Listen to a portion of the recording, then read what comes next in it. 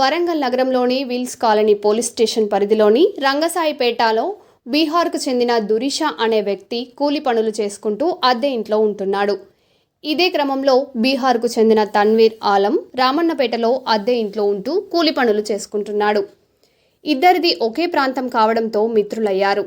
జల్సాలకు అలవాటు పడ్డ తన్వీర్ ఆలం సులువుగా డబ్బు సంపాదించాలని ఆలోచనలో పడ్డాడు.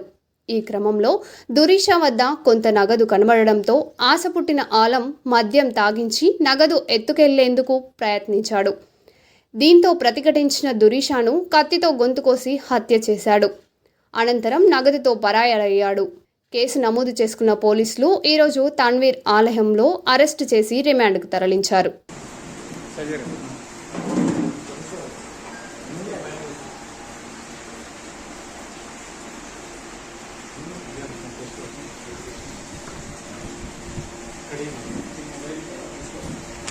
పరిధిలో ఏప్రిల్ 18 మనకు సాయంత్రం 6:30-7 గంటల సమయంలో ఒక రైల్వే కాల్ రావడం జరిగింది.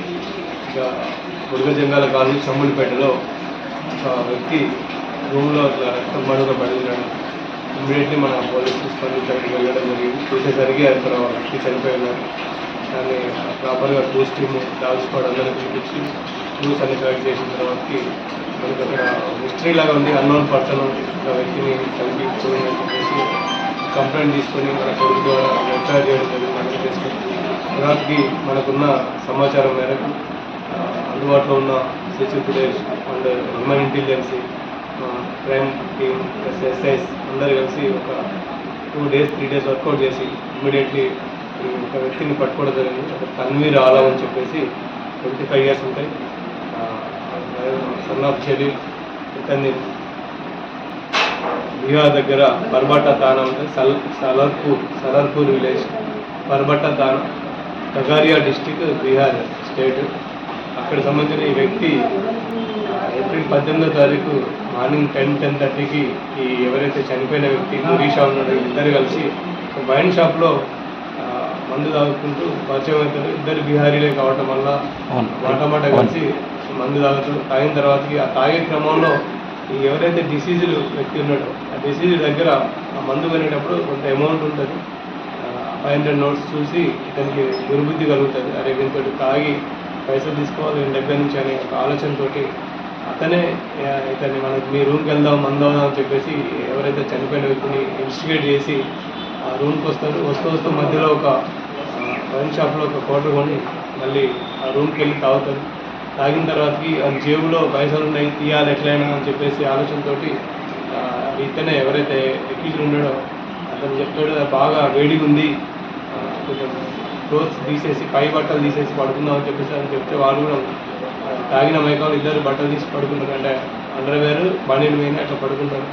ఆ క్రమంలో వీడు పడుకున్నాడని డిసైడ్ చేసుకొని ఎవరైతే ఎక్కించి ఉన్నాడో ఈ డిసీజ్ ప్యాంట్లోంచి డబ్బులు తీసే క్రమంలో అలికిడితోటి అతను లేచి అడుగుతాడు క్యాకర్లే ఉంటే అతన్ని అడుగుతాడు ఏం చేస్తున్నాడు అడిగితే ఇతను భయపడి అరే నన్ను గుర్తుపట్టిండు ఈ దొంగతనం చేసి ఏమైనా పెడతాడు అని చెప్పేసి నన్ను కొట్టి పారిపోయే క్రమంలో వాడు పట్టుకుంటాడు.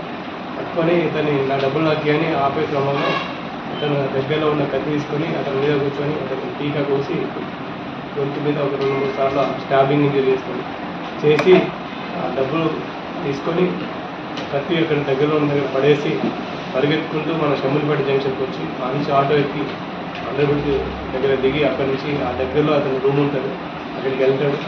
వెళ్ళిన తర్వాత కూడా మనకు ఇంకా ఎటువంటి క్లూ లేవు, నేను ఎవరికి తెలియదు, అదొక్కడే చూసింది అనే ఆలోచనతో అతను అక్కడే అదే రూమ్లో ఉండిపోవడం. 2 days తర్వాత మళ్ళీ పనికెళ్ళే క్రమంలో మనకు దొరకడం జరిగింది.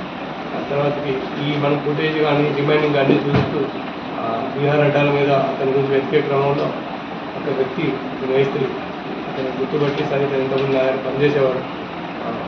మొన్న కూడా అంటే మర్డర్ జరిగిన రోజు కూడా 18th రోజు కూడా కూలికి వచ్చి నా గారి నుంచి వెళ్ళిపోయాడు చేతగాట్లే అని చెప్పేసి అని చెప్తే అతని రూమ్కి వెళ్ళి చూడగా రూమ్లో ఇతను అతన్ని అప్గ్రేడ్ చేయడం జరిగింది. అతను కన్ఫ్యూజ్ చేశాడు. అవును సార్ డబ్బుల కోసమే నాకు 6 months నుంచి పని సరిగ్గా దొరకట్లేదు. ఇంటర్మీడియట్ వరకు చదువుకున్నాడు ఆ పిల్లగాడు అక్యూజ్డ్. కొంచెం పని చేత కాదు, ఏదో టైం పాస్ పని చేసుకుంటూ ఇక్కడ వాళ్ళ ఫ్రెండ్తో పాటు రూమ్లో ఉంటున్నారు. కొన్ని అప్పులు అయినాయి, ఇట్లానే కట్టాలనే క్రమంలో ఇతను మార్నింగ్ టైం నేను మందు తాగే క్రమంలో ఈయన మందు కొనేటప్పుడు ఆయన దగ్గర 500 నోట్స్ అట్లా ఉండేసరికి అతని దగ్గర తీసుకుందామని అనుకున్నాను. నేను ఆ క్రమంలో ఆయన రిసీవ్ చేయడం వల్ల నేను నన్ను గుర్తుపట్టి నా మీద కేసు అడుగుతామని చంపేసి పారిపోయిందని చెప్పేసి ఆయన ఒప్పుకోవడం జరిగింది. వితిన్ 2 days ఎటువంటి క్లూ లేకుండా వితిన్ 2 daysలో ఇది చేయడం జరిగింది. నేను ముఖ్యంగా మా ఎస్ఎస్కి అండ్ మా క్రైమ్ టీమ్కి ఇక్కడ పనిచేసిన ప్రతి కాన్స్టేబుల్కి థ్యాంక్ యూ.